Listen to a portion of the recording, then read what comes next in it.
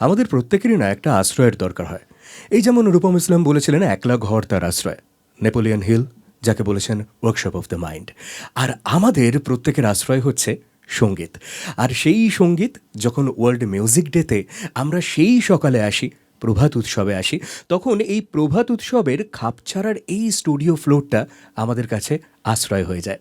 আর এই সঙ্গীত নিয়ে যাদের সারা দিন যাপন করা, তাদের মধ্যে একজন, মানে এই মুহূর্তে আমরা যাকে আজকে আমাদের এপিসোডে এই গোটা আধ ঘন্টা 40 মিনিটের জন্য পাবো, তিনি নান আদার দেন কবির চাটুজ্জে।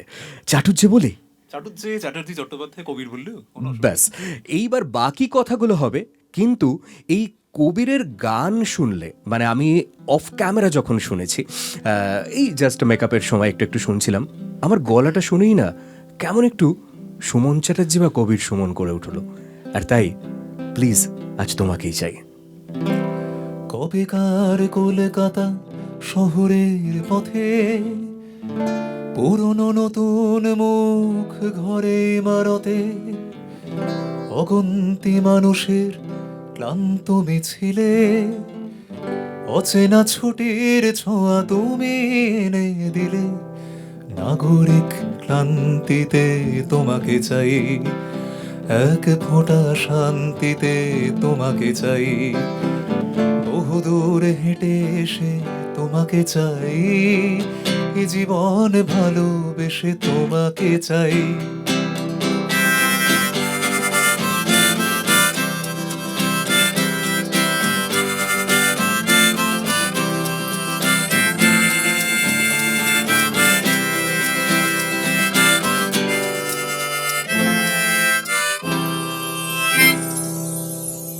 আহা, এর চেয়ে ভালো শুরু আর কি হতে পারে বলুন তো?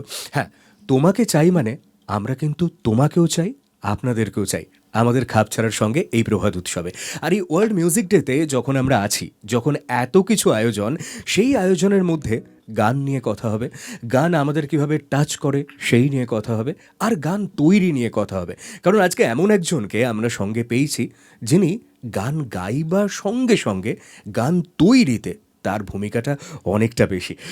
কবির, ফার্স্টে আমার যেটা জাস্ট জিজ্ঞেস করতে ইচ্ছে করছে, এই যখন গান তৈরি করো তখন মাথায় এক্স্যাক্টলি কী কী কাজ করে? মানে আমি জানি তোমার গান কোনো গানই কিন্তু ফরমাইশি গান নয়, আজকে বলে কাল সকালে তোমার থেকে একটা গান চাই, এই গান তুমি তৈরি করো না। সো দ্যাট, তাহলে এই গান তৈরির পেছনে তোমার এক্স্যাক্টলি মাথায় তখন কী কী ঘোরে? আমার কাছে গানটা আর সব কিছুর মতো একটা মোড অফ কমিউনিকেশন। আমি বারবারই এই কথাটা বলি যে কমিউনিকেশন আমার কাছে ব্যক্তিগতভাবেই হোক বা পেশাদারিভাবেই হোক খুব ইম্পর্ট্যান্ট। পেশাদারিভাবে আমি মিউজিক পেশাদারিভাবে করি না, গান গাইতে শিখিনি কখনো। আমি মূলত লেখালেখির লোক, তার মধ্যে একটা এক্সপ্রেশন হচ্ছে গান লেখা। এবং আমি পেশায় স্কুল মাস্টার, তো সারাদিন ধরেই ইংরেজি পড়াই আমি স্কুলে, এবং সারাদিন ধরেই ওই কিভাবে কমিউনিকেট করব এই প্রশ্নটা আমার কাছে ভীষণ গুরুত্বপূর্ণ। তো এবার এমন অনেক সময় হয় যে এমন কিছু জিনিস মাথার মধ্যে ঘুরপাক খাচ্ছে বা বুকের ভিতর ঘুরপাক খাচ্ছে, যেইগুলো কমিউনিকেট করার জন্য হয়তো আমি কথ্য ভাষা খুঁজে পাচ্ছি না বা লেখার ভাষা খুঁজে পাচ্ছি না। মনে হয় যে এটা একটু গান গেয়ে বললে হয়তো ভালো হতো। আবার এটার ফ্লিপ সাইডও এইটা যে আমার অনেক লেখা গানটা লেখার 5 বছর, 6 বছর, 7 বছর পরে হয়তো মনে হচ্ছে আরে গানটার তো এর মধ্যে এই মানেটাও ছিল, লেখার সময় বুঝিনি। কারণ যখন কেউ জিজ্ঞেস করেন, সবচেয়ে বিপদে পড়ি যখন কেউ জিজ্ঞেস করেন যে আচ্ছা এই গানটা যে লিখলে এই গানটার মানে কি, এবার আমার উত্তর হচ্ছে যে যদি মানেটা বলতে পারতাম তাহলে তো গানটা লিখতাম না, ট্রু, বলে দিতাম মানে অব্যক্ত অনেক কিছু যেটা গানের মধ্যে থাকে। এবং তার সঙ্গে যেটা সবচেয়ে বড় কথা সেটা হচ্ছে এই যে প্রফেশনাল না হয়েও যদি এই গান গাওয়া যায়, তাহলে প্রফেশনাল হলে কি হয়? আসলে না, প্রফেশনালিজমের অর্থ কখনো স্টুডিও ফ্লোরে আধ ঘন্টা পরে ঢোকা নয়। প্রফেশনালিজমের অর্থ যেটা বলতে পারছি না সেটাকে এইভাবে এক্সিকিউট করা। তো আমি এটাও জানি যে তুমি ধরো শুধুমাত্র বাংলা গানের মধ্যেই আবদ্ধ থাকো না, তোমার সৃষ্টিটা মানে সমস্ত অনেকগুলো ল্যাঙ্গুয়েজের মধ্যে ঘোরাফেরা করে। মানে সেখান থেকে তুমি ইন্সপায়ার্ড হও, সেখান থেকে অনুবাদ করো, বা তুমি অন্য ভাষায় গান গাও। এবং যেহেতু আজকে ওয়ার্ল্ড মিউজিক ডে, তাই খাপছাড়ার এই প্রভাত উৎসবের স্টুডিও ফ্লোরে আমরা একটু কলকাতার বাইরে ভিসা পাসপোর্ট নিয়ে তো যেতেই পারি। এটা খুব ভালো কথা বললে। সেটা হচ্ছে ওয়ার্ল্ড মিউজিক ডে যেহেতু আজ, ওয়ার্ল্ড মিউজিকের সঙ্গে আমার পরিচয়টা না খুব একটা কলকাতায় থাকাকালীন হয়নি। কারণ আমি একেবারেই বাংলা গান শুনেই বড় হওয়া ছেলে। আমি ইংলিশ মিউজিক, হয়তো রক মিউজিক যেটুকু শুনেছি সেটাও ক্লাস 11-12 বা কলেজে। যাদবপুরে কলেজে পড়ার সময় কিছু বন্ধু বান্ধবদের পাল্লায় পড়ে ইংলিশ গান প্রথমবার শোনা, Beatles, pink Floyd, specially Lenard Cohen আমার জীবনের খুব বড় অনুপ্রেরণা। কিন্তু তিনি বাংলায় গান লেখেন না, কিন্তু তার গান আমাকে বাংলায় গান লেখার সাহস দেয়। কিন্তু সিরিয়াসলি ওয়ার্ল্ড মিউজিক কাকে বলে, মানে এই পৃথিবীতে গান শুধু অন্য ভাষায় গাওয়া নয়, একটা অন্যভাবেও যে গান নিয়ে ভাবনা চিন্তা করা যায়, সেইটা আমি হাড়ে হাড়ে বুঝেছিলাম যখন আমি 5 বছর আমার গবেষণার কাজে ডাবলিনে ছিলাম, আয়ারল্যান্ডে। একটা কমপ্লিটলি অন্য শহর, একটা কমপ্লিটলি অন্য সাংগীতিক পরিসর, তাদের একটা হাজার হাজার বছরের সাংগীতিক একটা চর্চা, এবং তার মধ্যে আইরিশ লোকসঙ্গীত। আমি একটা গান গাইছি, খুব মজার গান, এবং এই গানটা আমি বাংলাতে অনুবাদ করেছিলাম, কিন্তু সেই অনুবাদ করার মধ্যে কটা চ্যালেঞ্জ ছিল। আমি ওইটা নিয়ে কটা মজার জিনিস বলতে চাই। মূল গানটা আগে গাইছি, এটা আয়ারল্যান্ড সংক্রান্ত যে কোনো বই বা যে কোনো সিনেমা যারা একটুও আপনারা পড়েছেন বা দেখেছেন, আপনারা গানটার কথা জানেন। ডাবলিনের সবচেয়ে বিখ্যাত লোকগান গাইছি।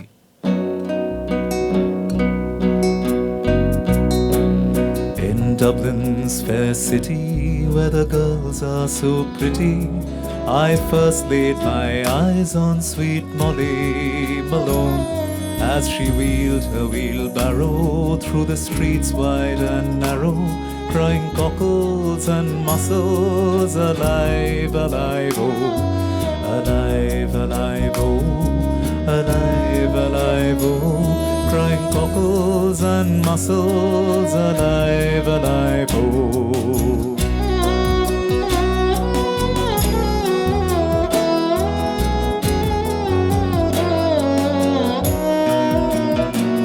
She was a fishmonger, and sure there was no wonder. So were her father and mother before, as they wheeled their wheelbarrows through the streets wide and narrow, crying cockles and mussels, alive, alive, oh, alive, alive, oh, alive, alive, oh, crying cockles and mussels, alive, alive, oh.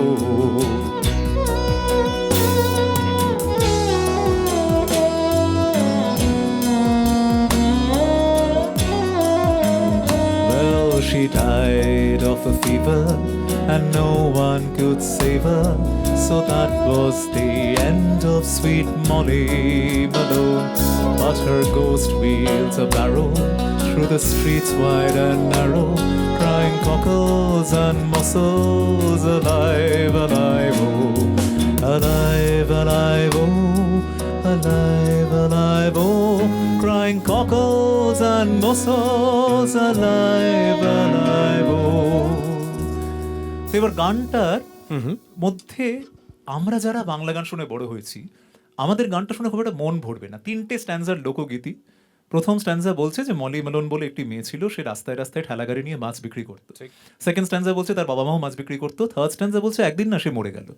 এবার আমাদের মন বলে বাকি গল্পটা কোথায়, কিভাবে মরে গেল, মরলে আমার মনের মধ্যে কি হয়েছিল।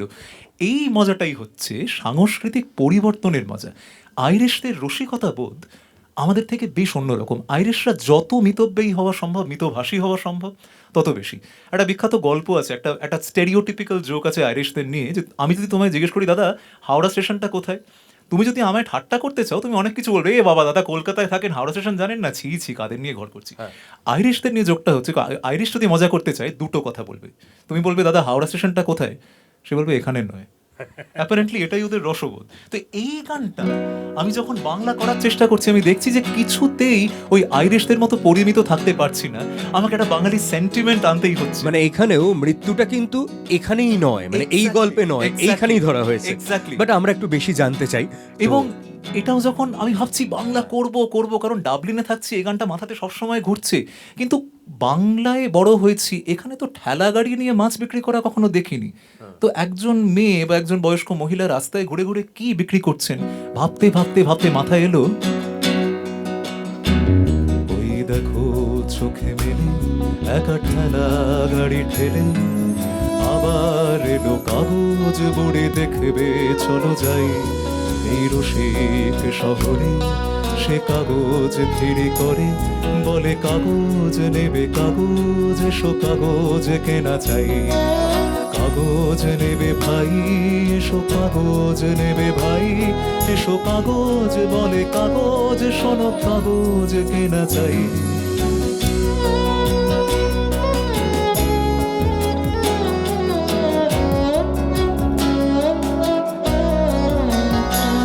তার কাগজ ভরা কথা কেউ পড়েছে না অযথা, কত কথার পাহাড় জমেছে কাগজে কোথায় পেল ঠাই। উড়িয়া জয় পথে দিকে তবু আসেছে কাগজ নিয়ে, বলে কাগজ নেবে কাগজ, এসো কাগজ কেনা চাই। কাগজ নেবে ভাই, কেউ কাগজ নেবে ভাই, বলে কাগজ, শোনো কাগজ, সবার কাগজ কেনা চাই।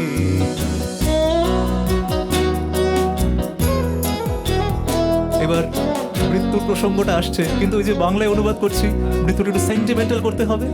বন্যা এলো দেশে বুঝি হঠাৎ দিনের শেষে, বুড়ি কোন চুলোতে হারালো তার হিসেব কিছু নাই।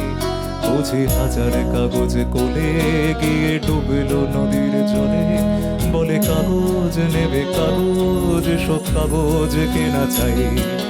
কাগজ নেবে ভাই, এসব কাগজ নেবে ভাই, বলে কাগজ, বলে কাগজ, বলে কাগজ কেনা চাই।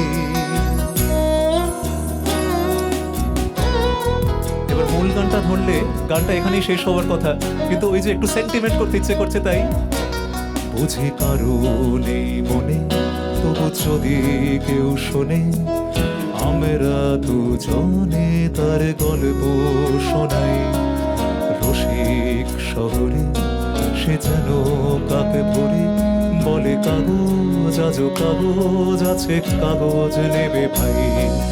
কাগজ নেবে ভাই, বলে কাগজ নেবে ভাই, এসব কাগজ বলে কাগজ, বলে কাগজ কেনা চাই।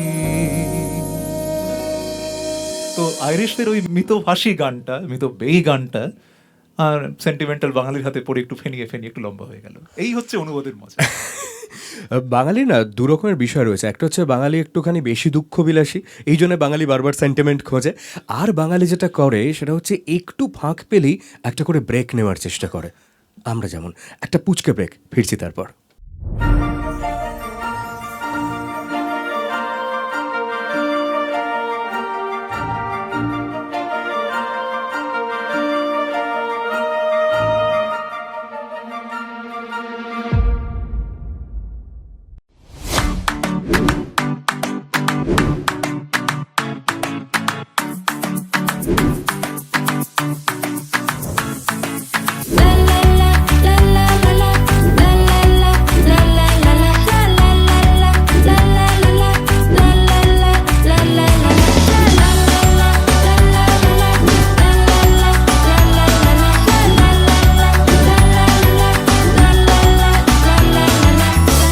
আজকে আমরা এসেছি বোহো আমিগো ক্যাফেতে।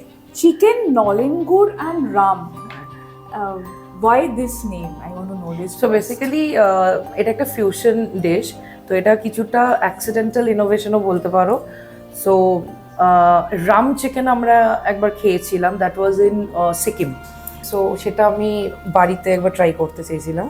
এবার ওদের যেহেতু বেশি ঝাল অ্যান্ড এভরিথিং, তো আমার ফ্যামিলি মেম্বার্সের অত ঝালও পছন্দ না, হ্যাঁ, বাট একটু মিষ্টি মানে কাইন্ড অফ একটু অভাব হচ্ছিল, তো চিনিও ছিল না। আই জাস্ট হ্যাড নলেন গুড মাই ওন, তো সেটা একসাথে দুটো ফিউশন করে দেখলাম যে দারুণ, অফকোর্স মানে খুব একটা খারাপ মানে কিছু ইয়ে না, তো সেটাকে একটু ইনোভেট করে এটা ক্যাফেতে আমার বাহ। Intro. Initially we started this cafe as a Mexican theme দিয়ে স্টার্ট করেছিলাম। থিমটা ওরকমই আছে, কালারফুল অ্যান্ড মেক্সিকান ভাইবস দিয়ে একদম, মানে একটা চিলি থিমস আছে।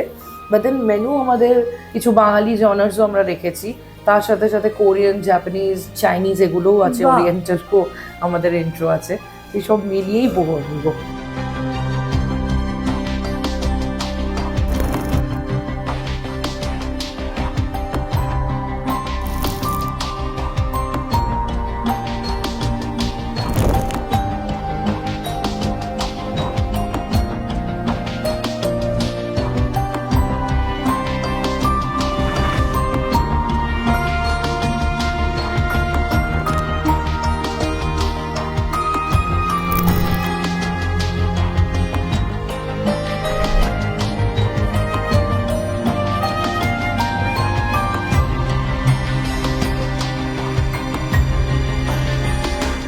এই অসাধারণ খাবারগুলো খাবার জন্য আসতে হবে কোথায়, সেটা অদ্রিজা বলবে।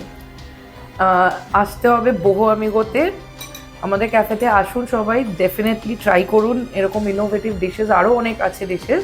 এটা আমাদের বিকে ব্লকে, সল্ট লেক সেক্টর 2-তে, বিকে 313, গুগলে দেখতে পাবেন বহু আমিগো ক্যাফে অ্যান্ড ডাইনার।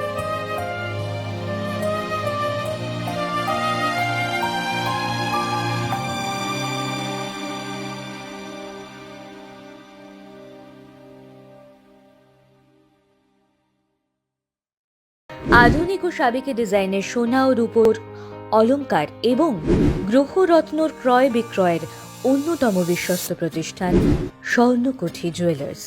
আপনার পুরনো সোনার পরিবর্তে নতুন হলমার্ক সোনার অলংকার ক্রয় বিক্রয়ের যোগাযোগের একমাত্র ঠিকানা Swarnakuthi jewellers, 125/B Bipin Bihari Ganguly street, Bowbazar, Kolkata 7,12,000।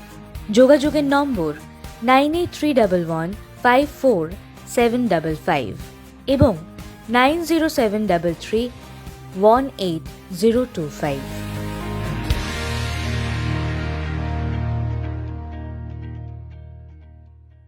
যদি নিজেকে সাজাতে চান নতুনভাবে, তাহলে আপনাদেরই স্টাইল স্টেটমেন্ট তৈরি করবে নতুন ট্রেন্ড।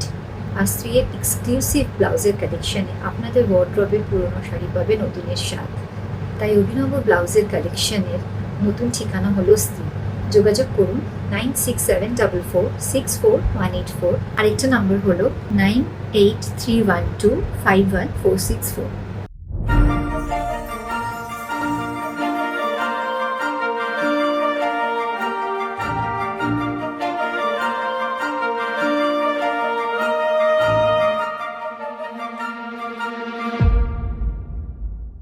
ফিরে এলাম আরও একবার প্রভাত উৎসবের এই বিশেষ ওয়ার্ল্ড মিউজিক ডের এপিসোডে। আর দুই খাপছাড়া মানুষ, মানে গোটা ফ্লোরে সবাই যারা আছে একটু খাপছাড়া না হলে কেউ এইভাবে কাজকর্ম হয় না। আর যারা এই খাপছাড়ার জন্ম দাত্রী, তারা তো খাপছাড়া সে ছেড়ে দাও। কিন্তু ঘটনা হচ্ছে আজকে কবির এবং অরিজিৎ যখন রয়েছে, আমার একটা প্রশ্ন তোমার কাছে, সেটা হচ্ছে যে 90s তিনজন মানুষ আমাদেরকে বাংলা গান শোনা আবার নতুন করে শুরু করেছিল, তার মধ্যে একজনের ছাপ তোমার কাছে রয়েছে, তোমার গলায় রয়েছে, এটা আমারও ভীষণ ভালো লাগছে। একটা কথা বলি, ধরো আজকের দিনে দাঁড়িয়ে, মানে সেই 90s আবার 2026, এখনও পর্যন্ত আমরা যদি কোনো স্টেজ বা শো দেখি, এবং আমি যদি আমার শহরের কথা ধরি, আমরা না দেখবে ঘুরে ফিরে একটা 25 থেকে 30টা গানের মধ্যে গান শোনা একটা প্র্যাকটিস করে ফেলেছি। হ্যাঁ, সেটা সকালের প্রোগ্রাম থেকে রাতের প্রোগ্রাম, যেখানেই হোক ওই 25টা থেকে 30টা গান, এই লিস্টটা ঘোরাফেরা করে। আর তার সঙ্গে দাঁড়িয়ে নতুন গান না গেয়ে কভার সং গাওয়ার একটা প্রবণতা। তোমার কি মনে হয়, তুমি যেহেতু গান তৈরি করো একদম নতুন জেনারেশনের কাছে পৌঁছানোর জন্য, তুমি নতুন জেনারেশনকে কি বলবে, যে যারা নতুন করে গান তৈরি করছে, হয়তো সাহস পাচ্ছে না ওই গানটা গাইবার, তাদের জন্য কি বলবে, বা শোনার প্র্যাকটিস করানোর জন্য কি বলবে? এটা ভীষণ ইম্পর্টেন্ট। ট্রু। দুটো জিনিস আছে। একটা হচ্ছে যে আমি সবার হয়ে তো বলার অধিকার আমার নেই, আমি নিজের জায়গা থেকে বলতে পারি Obviously. As a song writer এবং মেবি আ সিঙ্গার, আমি যখন অনুষ্ঠান করি, নিজের মতো করে অনুষ্ঠান করি, আমি চেষ্টাই করি এবং ইউজুয়ালি সফলও হই যে নিজের গান ছাড়া আমি অন্য কোনো গান গাই না। কারণ আমার কাছে क्या बात। এটার মধ্যে বিরাট যে কোনো একটা নৈতিক দায় আছে তা নয়, এটা একটা প্র্যাকটিক্যাল দায় যে আমি অনুষ্ঠানটা করি হচ্ছে আমার কথা মানুষকে বলার জন্য। এবার আমি যেগুলো কমিউনিকেট করতে চাই আমার গানের মধ্যে দিয়ে, সেগুলো কমিউনিকেট করছি। হ্যাঁ, এবার আমার গানের ধুয়োতে যদি মনে হয় যে কোনো চেনা গান গাইলে আমার কথাটা আরো জোরদার হবে, তখন আমি সেটা গেয়ে থাকি। কিন্তু খুব বড় কিন্তু আছে যে আমি পেশাদারিভাবে গানটা করি না। তাই যারা পেশাদারিভাবে গান করেন, আমার অনেক ভীষণ কাছের বন্ধুরা এই গানটাকেই রুটি করেন, তাদের এই স্বাধীনতাটা থাকে না। তাই তাদের আমি কোনোদিনই জ্ঞান দেবো না যে নিজের গান কেন করছিস না। এই যে কাভার শোনার প্রবণতা তুমি বললে, দুটো দিক আছে। একটা হচ্ছে আমার মনে হয় যে 90-এর দশকের সঙ্গে এখনকার গানের বাজারটাকে যদি আমরা তুলনা করি, বাজার অনেক বেশি ফর্মুলেইক হয়ে গেছে। সেটা প্রযোজক দিক থেকেই হোক বা প্রতিষ্ঠানের দিক থেকেই হোক বা জেনারেলি শ্রোতাদের ডিমান্ডের দিক থেকেই হোক, ডিমান্ড তো অর্গ্যানিক নয়, ডিমান্ডকেও তৈরি করা হয়। সুমন কি নিজের গানের ডিমান্ড তৈরি করতে পারেননি? আবার কোনো প্রতিষ্ঠান কি এক ধরনের গানের ডিমান্ড তৈরি করতে পারেননি? পাঙ্ক রক যেটার উত্থান হয়েছিল একটা অ্যান্টি প্রতিষ্ঠান গান হিসেবে, সেটাকেই তো প্রতিষ্ঠান নিয়ে সেটার একটা ডিমান্ড তৈরি করলো। যে কারণে বহু ব্যান্ড মানে এসেন্সিয়ালি বাজারি পাঙ্ক ব্যান্ড হয়ে গেলেন। তো সেই দিক থেকে আমার মনে হয় যে একটা ফর্মুলার একটা মুশকিলই বলবো, মুশকিলের মধ্যে এখনকার সং মেকাররা পড়ছেন, যে একটা গান কোনোভাবে হিট হয়ে গেলে বলা হয় যে আচ্ছা এটাই তো হিট হলো, এইরকম আরো 5টা দাও, ওটারই কপি পেস্ট হোক। এক্স্যাক্টলি। যে কারণে এরকম, এবং সিনেমার গানে এটা পার্টিকুলারলি আমরা দেখি ভীষণ রকম। কিন্তু বেসিক গানেও আনফর্চুনেটলি এর প্রভাব পড়ছে, যে হয়তো একজন মিউজিক মেকার, একজন সং মেকার একটা আশ্চর্য ফ্রেশ নতুন সাউন্ড নিয়ে এলেন, সেটা হিট করলো। সমস্যাটা হচ্ছে, মানে এটা একটা আইরনিক সমস্যা, যে ওই নতুন ধরনের গানটা এত হিট করলো যে নতুন ধরনের গানটাই আরো 25 বার করতে বলা হলো, ফলে ওটার নতুন ধরনের রইল না। ট্রু। আচ্ছা কবির, এই জায়গা থেকে বলি যে ফ্রেশ শব্দটা তুমি ব্যবহার করলে, তুমি অনেক ল্যাঙ্গুয়েজের গান শোনো, হ্যাঁ, অনেক ল্যাঙ্গুয়েজের গান গাও। তো এরকম একটা ফাইন মর্নিংয়ে ধরো হঠাৎ করে তোমার একটা গান ভীষণ রকম শুনে একদম মাথায় গেঁথে গেছিলো, ভীষণ রকম একটা ফ্রেশ মনে হয়েছিল, যে এরকম একটা কিছু মনে পড়ছে? অন্য ল্যাঙ্গুয়েজ বললে বলে আমার এটা বিশেষ করে মনে পড়ছে, এটা না ইংলিশ, না বাংলা, না হিন্দি, এটা স্প্যানিশ গান। আচ্ছা। আমি এই গানটা প্রথম শুনেছিলাম পিট সিগারের গলায় বোধহয়, 90-এর দশকে যখন বড় হচ্ছে, সুমনের থ্রু দিয়ে সিগারের থ্রু দিয়ে স্প্যানিশ গান। গানটার বয়স আসলে প্রায় 100 বছর।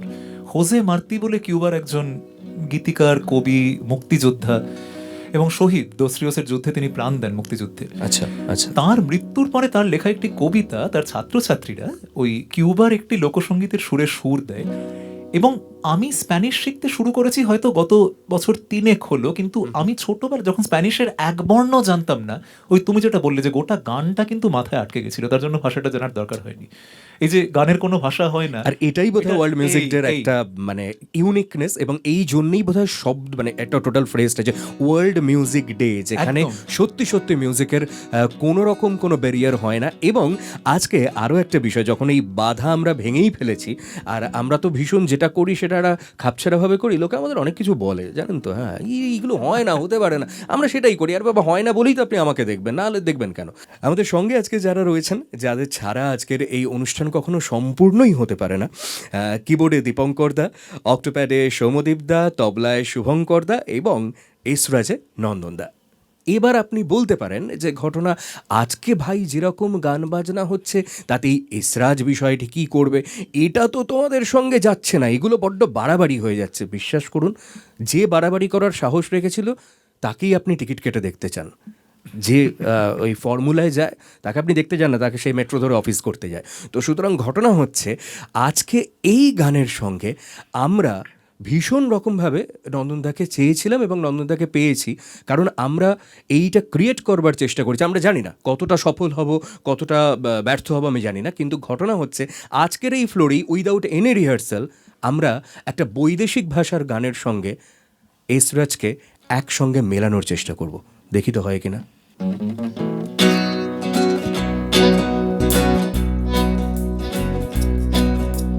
Guantanamera, Guajira Guantanamera, Guantanamera, Guajira Guantanamera. Yo soy un hombre sincero, de donde crecen las palmas. Yo soy un hombre sincero, de donde crecen las palmas. Y antes de morir yo quiero echar mis versos del alma. Y antes de morir yo quiero echar mis versos del alma. Guantanamera, Guajira Guantanamera, Guantanamera, Guajira Guantanamera. আমি একটু তর্জমা করতে করতে যাই, নইলে অন্যায় হবে। একদম। এই প্রথম স্ট্যান্জার মানে ছিল, আমি একজন সাদাসিধে মানুষ, পাম গাছের দেশ থেকে আমি এসেছি, এবং মরার আগে আমি আমার মনের গানগুলো আপনাদের শুনিয়ে যেতে চাই। এর পরের স্ট্যান্জায় বলছে আমার গান কিরকম: Mi verso es de un verde claro y de un carmín encendido. Mi verso es de un verde claro y de un carmín encendido. Mi verso es de un ciervo herido que busca en el monte amparo. Mi verso es de un ciervo herido que busque monte amparo. Guantanamera, Guajira Guantanamera, Guantanamera, Guajira Guantanamera। এই স্ট্যান্সটা আমার বড় প্রিয়, যেটি গাইলাম তার মানে হচ্ছে আমার গান আগুনের মতো লাল, আমার গান স্বচ্ছ সবুজ, আমার গান আহত হরিণের মতো কোনো পাহাড়ি জঙ্গলে লুকিয়ে পড়তে চায়।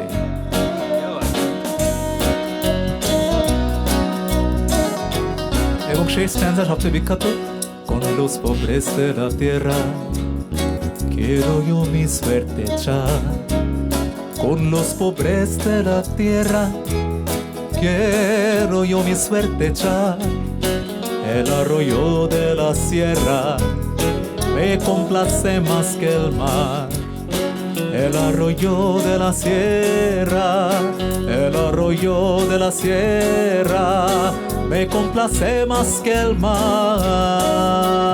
Guantanamera, Guajira Guantanamera, Guantanamera, Guajira Guantanamera, mera, mera, Guantanamera, Guajira Guantanamera, Guantanamera,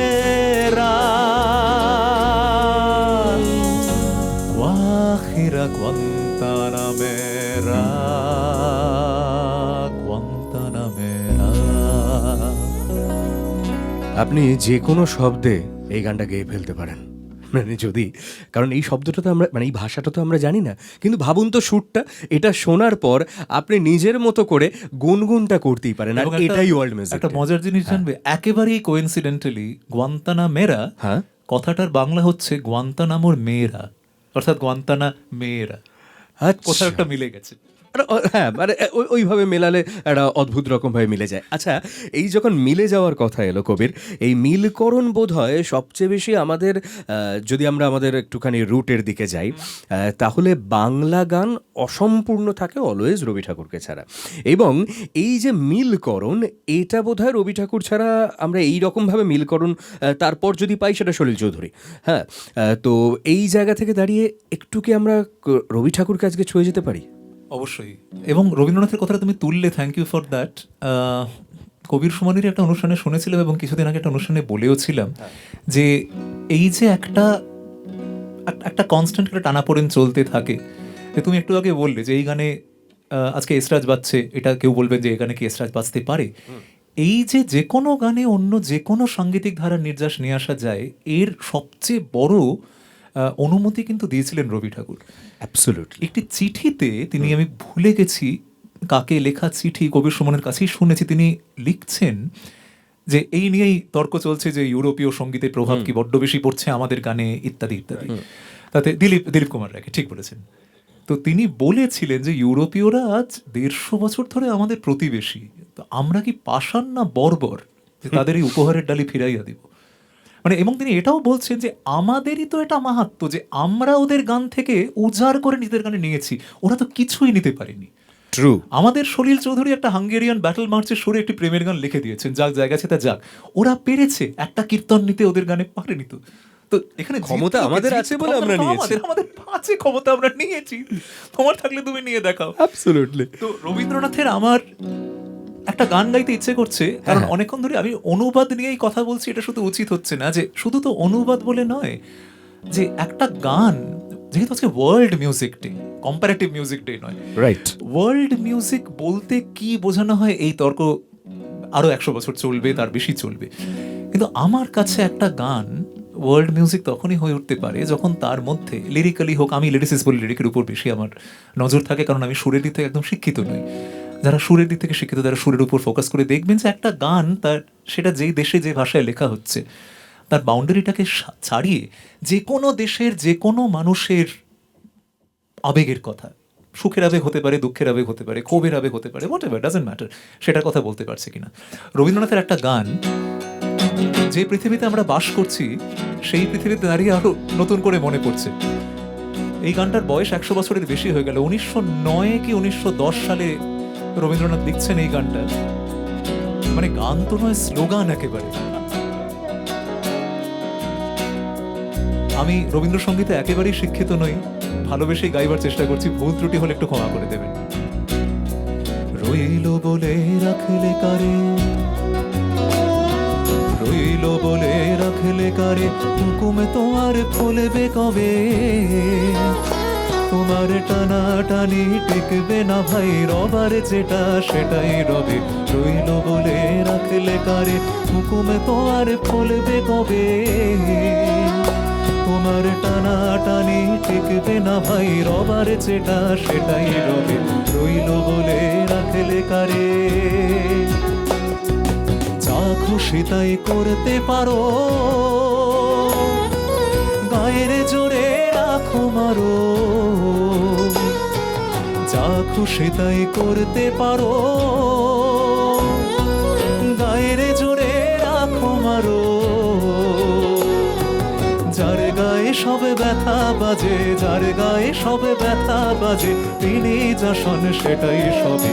রইল বলে রাখলে কারে, হুকুমে তোমার ফলবে কবে, তোমার টানা টানি টিকবে না ভাই, রবার যেটা সেটাই রবে। রইল বলে রাখলে কারে।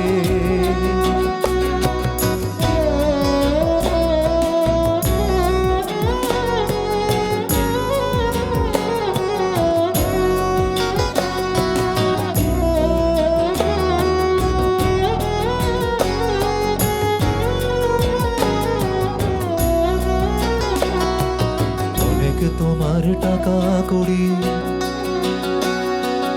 অনেক তোমার টাকা করি, অনেক দড়ায় অনেক দড়ি, অনেক অশ্বয় অনেক করি, অনেক তোমার আছে ভবে।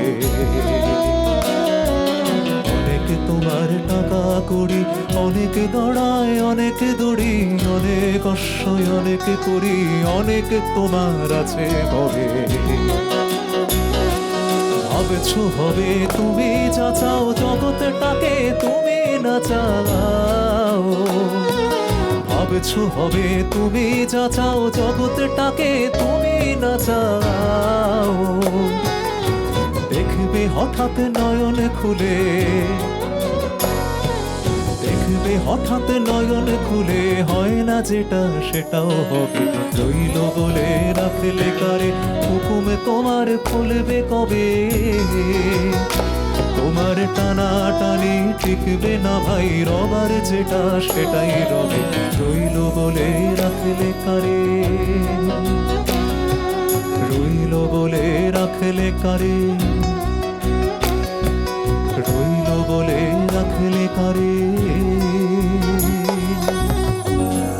আহা, এর চেয়ে বোধহয় সত্যি কথা হতে পারে না যে রবার যেটা সেটাই রবে। এই কথাটার ধরে আমি যদি একটা কথা বলি যে ধরো আজকের এই ডিজিটাল যুগে, মানে আমরাও এই মুহূর্তে ডিজিটাল প্ল্যাটফর্মের মধ্যে দিয়েই রয়েছি, তো এই প্ল্যাটফর্মে না অনেক বেশি তাড়াতাড়ি আমরা পৌঁছে যাচ্ছি লোকের কাছে। তো এটা যারা গান ক্রিয়েট করছেন বা যারা গাইছেন, যারা শিল্পী, এটা আমাদের কাছে তোমার কি মনে হয় যে কতটা মানে কতটা ভালো, না আবার এটা একটু বেশি চ্যালেঞ্জ? এটা সেই স্কুলে পড়ার সময় বিজ্ঞান আশীর্বাদ না অভিশাপ, ওই রকম একটা এটা case হয়ে গেছে। একেবারেই সেই প্রশ্ন। এটা তুমি যেটা করলে সেটা সম্ভবত আমাদের যুগের সাংস্কৃতিক জগতের অন্যতম সবচেয়ে গুরুত্বপূর্ণ প্রশ্ন, যে এটা যে এই পৃথিবীতে বহু মানুষ বহু ধর্মে বহু ঈশ্বরকে আরাধ্য মেনেছেন, কিন্তু সব ঈশ্বরের চেয়ে ভয়ঙ্কর এক ঈশ্বরের যুগে আমরা বাস করি, যে ঈশ্বরের নাম হচ্ছে অ্যালগোরিদম। অ্যালগোরিদমের ঈশ্বর যে কখন কাকে আশীর্বাদ করবেন আর কাকে অভিশাপ দেবেন, এটা বোধহয় যারা বানিয়েছিলেন কম্পিউটার তারা ভাবছেন ভাই কি বানালাম, সেই ফ্র্যাঙ্কেনস্টাইন, প্রফেসর ফ্র্যাঙ্কেনস্টাইন মতো। না, আবার জোকস অ্যাপার্ট, আমার বাবার সঙ্গে এটা নিয়ে কথা হয়েছিল একবার। বাবা বলেছিল যে ইন্টারনেট, পার্টিকুলারলি ধরো সোশ্যাল মিডিয়া, নিজের গান নিজের মতো করে বের করা, এইটার একটা এক্সট্রিম দুটো দিকই দেখা গেছে। যে যখন এলো তখন মনে হলো যেটা তো গণতন্ত্রের একটা বিস্ফোরণ, যে আজকে আমাকে নিজের লেখা কবিতা বা নিজের তৈরি গান বা নিজের নাচের জন্য আর একটা স্টেজ বা একটা মঞ্চ বা একজন পাবলিশার বা একটা অ্যালবাম কোম্পানিকে ধরতে হবে না। আমি বাড়িতে গিয়ে বের করব, আমার যদি গানের সেই ক্ষমতা থাকে তাহলে মানুষ সেটা শুনবেন। আমার গানের পাশাপাশি একজন প্রতিষ্ঠিত শিল্পীর গান, একই সোশ্যাল মিডিয়া তুমি স্ক্রোল করবে, একজন বিরাট মানুষের গান, আর আমার বাড়িতে বসে গিটার বাজিয়ে গান পরপর এলো, সাংঘাতিক অ্যাক্সেসিবল। কিন্তু এটার প্রবলেমটা হচ্ছে যে অ্যালগোরিদম জিনিসটা যেহেতু মানুষ নয়, যেহেতু সে বেসিক্যালি ইনহিউম্যান, সে মেশিন, সে কিভাবে কাকে পুশ করবে, প্রথমত হচ্ছে যে সেটার নিয়মটা সবসময় যে সাংস্কৃতিক উন্মেষের সঙ্গে সঙ্গে যায় তা নয়, এবং দ্বিতীয়ত তাকে ব্যবহার করার জন্য যে মুহূর্তে গানটা গান না হয়ে কন্টেন্ট হয়ে গেল। আমি এটা বারবারই লোকজনকে বলি যে এখন তো মিউজিশিয়ান আর সবাই বলেন কন্টেন্ট ক্রিয়েটার। আমার এক বন্ধু, অনেকদিন আমরা একসঙ্গে গান বাজনা করতাম, ও এখন অন্য শহরে থাকে, শিবাশিস বলে। আমি শিবাকে মজা করে বলেছিলাম যে সবাই তো কন্টেন্ট ক্রিয়েট করে, চলো আমরা সিন ক্রিয়েট করি, ওটা ছাড়া। তো এইটা করার জন্য সত্যি তুমি আগে যে প্রশ্নটা করেছিলে যে এই যে একই কাভার গান গেয়ে যাওয়া, ধরো একটা এরকম অনেকবার দেখেছি, একটা গান হয়তো আজ থেকে 17 বছর আগে কমপ্লিটলি অন্য প্রসঙ্গে লেখা হয়েছিল, সেটা একটা মিম হয়ে এখন ভাইরাল হলো, যার সঙ্গে সে গান যিনি লিখেছিলেন তার প্রসঙ্গের কোনো মাথা মুন্ডু নেই। এবার এইটা তো একটা প্রবলেম, কিন্তু আমি বারবারই বলি যে একই একাধারে এটা একটা আশীর্বাদ এবং অভিশাপ, এবং এটাকে নিয়ে হাহুতাশ করেও লাভ নেই, এটাকে নিয়ে পাগলের মতো সেলিব্রেট করেও লাভ নেই। এটা হচ্ছে না, ওই জীবনে যদি একটি জিনিস কনস্ট্যান্ট থাকে সেটা হচ্ছে এভলিউশন, বিবর্তন। এটাকে বিবর্তনের একটা ধাপ বলে মানতে হবে, এবং আমাদের ঠিক করতে হবে যে what is to be done, আমরা কি করিতে হইবে, আমরা কি করবো এটাকে নিয়ে। উত্তর যে আমার কাছে আছে তা একেবারেই নয়, মানে I am the last person with উত্তর, কারণ গানটাকে পেশাদারিভাবে করি না আমি। সত্যি ওই পেশার যে অসুবিধেগুলো, যে প্রেশারগুলো, সেগুলো বুঝি না, কারণ আমি বুঝতে হয় না, আমার পেশাটা অন্য। কিন্তু এটা ঠিকই যে অ্যালগোরিদম এসে আমি কিভাবে গান তৈরি করব এবং গানটা আমি আমার শ্রোতাকে কিউরেট কিভাবে করব, এটার আগাপাশতলা পাল্টে দিয়েছে, এবং এটার জবাব পেতে হয়তো আরও 20 বছর লাগবে, particularly with AI coming in. এখন সে আবার একটা অন্য ধাপ। আমি একটা মজার কথা বলি, এটা নিজের ঢাক নিজে পেটাচ্ছি ভাববেন না, আমি ঠিক জানি না এটা ঢাক পেটানো ভালো দিকে না খারাপ দিকে। শ্রী অভিজিৎ দাশগুপ্ত, বিখ্যাত ডকুমেন্টারি ফিল্ম মেকার, তার সঙ্গে আমার আলাপ রূপমদার সূত্রেই, রূপমদার স্ত্রী রূপসাদীর বাবা উনি। তো ওর একটি ডকুমেন্টারি রিসেন্টলি উনি বানিয়েছেন, যেটাতে আমি একটি গান গেয়েছি, এবং আমি জানি না এটা আর কেউ করেছেন কিনা, আমি এই ক্রেডিট নেব না, কিন্তু সম্ভবত প্রথম আমি যে একজন মানুষ হয়ে এআই এর সঙ্গে ডুয়েট করেছি। লিয়েন্ডার পেসকে নিয়ে একটি ডকুমেন্টারি, যেটাতে ইংলিশ অংশটা এআই গেয়েছে এবং বাংলা অংশটি আমি গেয়েছি। তো মানুষ রোবটের যুগলবন্দি, এটা প্রথম আমি কিনা জানি না, but it's an interesting step in evolution. এবং গানটা যে শুনে খুব মনে হচ্ছে যে এ বাবা, এটা তো রোবট একদমই না, রোবোটিক ভয়েস মানে বাকি রাখা খাজনা, সেটা তো নয় একেবারে। তুমি শুনে বুঝতে পারবে না, মনে হবে একটা লোক চমৎকার অ্যান্থোনিয়া গাইছে, তার পাশে আমারই গলা। মানে মিলকরণটা বুঝতে পারছেন? নতুন যুগ। মিলকরণটা হচ্ছে রোবটের সঙ্গে কবির গাইছে, আর আমরা এখানে বিভিন্ন ল্যাঙ্গুয়েজের গানের সঙ্গে সব রকমের ইনস্ট্রুমেন্ট একসঙ্গে মিশিয়ে দিয়েছি। তো এই সমস্ত কিছু করার পর যেটা হঠাৎ করে ঘড়ি দেখে মনে হলো যে আমরা একদম টাইমের কাছাকাছি। বিশ্বাস করুন, অনেক দিন পর এমন একটা প্রোগ্রাম করলাম যে প্রোগ্রামে একবারও মানে শেষ হবে কখন সেটা বুঝতে হয়নি। মানে এখন মনে হচ্ছে ইস, শেষ হয়ে গেল। তো আমাদের হাতে বোধ হয় আর খুব বেশি সময় নেই। তো দুটো গান আমরা যদি একটুখানি ছোট ছোট করে যাই, সেক্ষেত্রে তুমি কোন দুটো গান রাখতে চাও? এবং অবভিয়াসলি তার আগে একটুখানি আমি জাস্ট জানতে চাইবো, খাপছাড়ার আজকের এই প্ল্যাটফর্মে আমাদের এই স্টুডিও ফ্লোরে এসে তোমার কেমন লাগছে? কি সর্বনাশ, মানে না, এটা বলতে হবে, না হলে সবকিছু আটকে যাও। আমি মানে বিশ্বাস করো, এটা আমার পেশা। আমার খুব খাপছাড়া লাগছে। আমার মনে হয় এটাই বেস্ট উত্তর, যে আমার ভালো লাগছে। মানে আমি নিজে, তুমি যেটা বললে সেটা একেবারেই ঠিক, যে আমি প্রচণ্ড খাপছাড়া মানুষ। আমি ঠিক ওইরকম ছকে মাথা কাজ করতে পারি না। এবং এই যে আমেজটা, যে আমরা আজকে ঠিক আছে চলো যেটা মজা লাগছে করি, একেবারে মানে আমাদের মন যেটা বলছে, হৃদয় যেটা বলছে, সেটার অনুযায়ী একটা অনুষ্ঠান এইভাবে এগোনো, এই প্রসেসটা, এই স্পেসটা আমার ভীষণ ভালো লেগেছে। এবং আমি ধন্যবাদ জানাবো আপনাদের, থ্যাংক ইউ, যারা মিউজিকটা বাজালেন। আমি একবারও রিহার্সাল করিনি, আমার গানগুলো একটু উদ্ভট হয়, আমার সুরগুলো, সেটা যে আপনারা, মানে আমি নিজেই ভাবিনি যে আমার গানগুলো এভাবে বাজানো যায়, কারণ আমি তো ঘরে একটা গিটার নিয়ে ক্যান করে বাজাই একা একা বসে বসে। থ্যাংক ইউ সো মাচ আপনাদেরও, এটা একটা আশ্চর্য গিয়ে। তো তাহলে তুমি যখন এই স্পেসটা দিলেই, আমার যেটা বলার সেটা হচ্ছে যে তোমার পছন্দ মতো তুমি দুটো গান অল্প অল্প করে আমরা গাচ্ছি, তারপর একটু সবাই মিলে সবার জন্য আমার খুব ইচ্ছে হলো হঠাৎ করে, আমি বলে ফেলি, একটু আমরা সবাই রাজা গাইত। কারণ হঠাৎ করে মনে হলো যে এত মানে এই গানটা না কেন জানি না বারবার আমাকে হন্ট করছে এই আশেপাশের সমস্ত কিছু দেখে, যে ভাই কবে একটা লোক লিখে গেছে, আর প্রত্যেকটা কথা প্রতি মুহূর্তে কিভাবে সত্যি হচ্ছে, এটাকে কি করে লোকে ছোটদের গান বলতে আমি বুঝতে পারি না। যাই হোক, চলো। এই গানটার কথা আগে বললে যখন, এই গানটি আগে গাইছি। রাজা সবার দেন মান, রাজা সবার দেন মান, সে মান আপনি ফিরে পান, রাজা সবার দেন মান, সে মান আপনি ফিরে পান। ওদের খাটো করে রাখেনি কেউ কোনো বসতে, নইলে মোদের রাজার সঙ্গে মিলব কি সৎ। আমরা সবাই রাজা, আমরা চলবো আপন মতে, শেষে মিলবো তারই পথে। আমরা চলবো আপন মতে, শেষে মিলবো তারই পথে। আমরা রই দাসের রাজার ত্রাসের দাসত্বে, নইলে মোদের রাজার শোনে মিলব কি সত্যে। আমরা সবাই রাজা, আমরা সবাই রাজা, আমাদেরই রাজা রাজত্বে, নইলে মোদের রাজার শোনে মিলব কি শর্তে। আমরা সবাই রাজা, আমরা সবাই রাজা, আমরা সবাই রাজা। আমরা তিনবার করে রবীন্দ্রসঙ্গীত শেষ করি। সত্যি তো ছোটদের গান, দাসের দেশ নাকি ছোটদের নাটক, এরকম একখানা নাটক। কি যে কাজ করে গেছেন মানুষটা। হ্যাঁ, একটু ক্ষমা ঘেন্না করে দেবেন। রবীন্দ্রসঙ্গীত, হ্যাঁ, মানে এরা কারা? এটাই আমরা কি করবো বলুন। বেশ, রবীন্দ্রনাথের মতো একজন মাস্টার মশাই আমার, লেনার্ড কোহেন। আমার একটা বদভ্যেস আছে, মানে বদভ্যেস আমার অনেক বন্ধুরা বলতেন, কেউ বলেন ভালো অভ্যেস, সেটা হচ্ছে কোহেনের গান অনুবাদ করা। আমি বারবারই আমার মনে হয় যে কোহেনের যে ভাষ্য সেটাকে বাংলায় আনতে পারলে আর কারুর না আমার খুব উপকার হয়।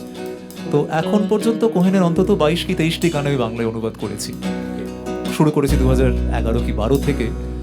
তো রিসেন্টলি তার মধ্যে একটি গান আমার খুব প্রিয় গান, এগুলোর মধ্যে রিলিজ করেছিলাম আমি আমার চ্যানেলে, গাইছি গানটি। মূল গানটির এক স্ট্যান্সা গেয়ে আমি বাংলায় চলে যাব। Like a bird on the wire, like a drunk in a old midnight choir, I have tried in my way to be free, like a worm on a hook, like a knight from some old-fashioned book. I have torn everyone who reached out for thee. তো যেটা হয়, অনুবাদ করতে হলে প্রথমেই আটকাই কোথাও না কোথাও একটা। এই গানটার শেষের দিকের কয়েক লাইন মাথায় এসে গেছে, কিন্তু like a bird on the war আমি করবো কি করে অনুবাদ? যেমন তারে এসে পাখি বসছে, না ভাল লাগছে না। লাস্টে যেটা ওই আয়ারল্যান্ডে থাকাকালীনই একদিন হঠাৎ মাথায় এলো, সেটা হচ্ছে এইটা।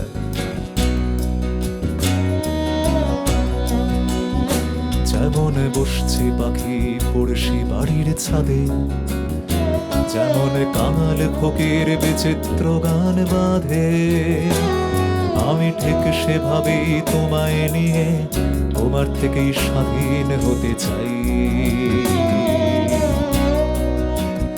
যেমন মাছের পেটে প্রাণ ভোমরার জোড়া, যেমন বীর পুরুষের পক্ষীরাজের ঘোড়া, আমি তোমার নামে যত্ন করে সাজিয়ে রাখি সব রূপে কথাই।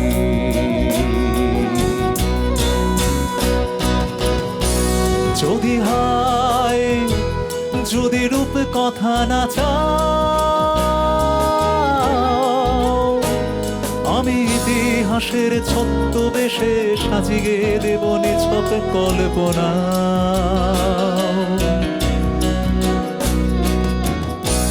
জানি হায়, জানি মিথ্যে বলা পাপ, তবু তোমার নামে মিথ্যে বলতে হয়নি আমার, হয়নি অনুতাপ, হয়নি অনুতাপ। যেমন মায়ের কোলে মৃত কোন শিশু, যেমন কাঁটার তারে বিদ্ধ আমার যিশু, তেমন আমায় যারা ভালোবাসে তাদের খালি দুঃখ দিয়ে যাই। তবু যার যেটুকু দুঃখ পাওয়া বাকি, আমার গানের কসম তোমায় পড়শি পাখি, আমি আমি তোমার নামে বাঁধবো বাসা, বাসায় যদি তোমার ছোঁয়া পাই।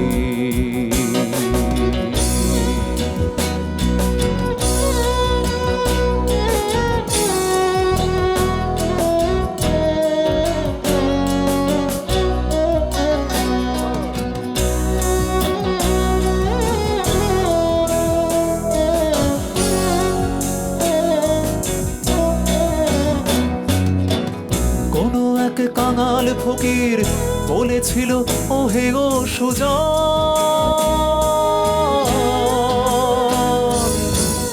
এত কিছু চেও না রসিক, পথে খুঁজে মরবে আজীবন। আরো এক সুন্দরী সে বলেছিল চোখের ইশারায়, কেন আরো চাও না প্রেমিক, এ শরীর তোমার ছোঁয়া চায়, তোমার ছোঁয়া চায়। Like a bird on the wire, like a drunk in a old midnight choir, I have tried in my way to be free, but I swear by this song and by all that I have done wrong, I will make it all up to thee.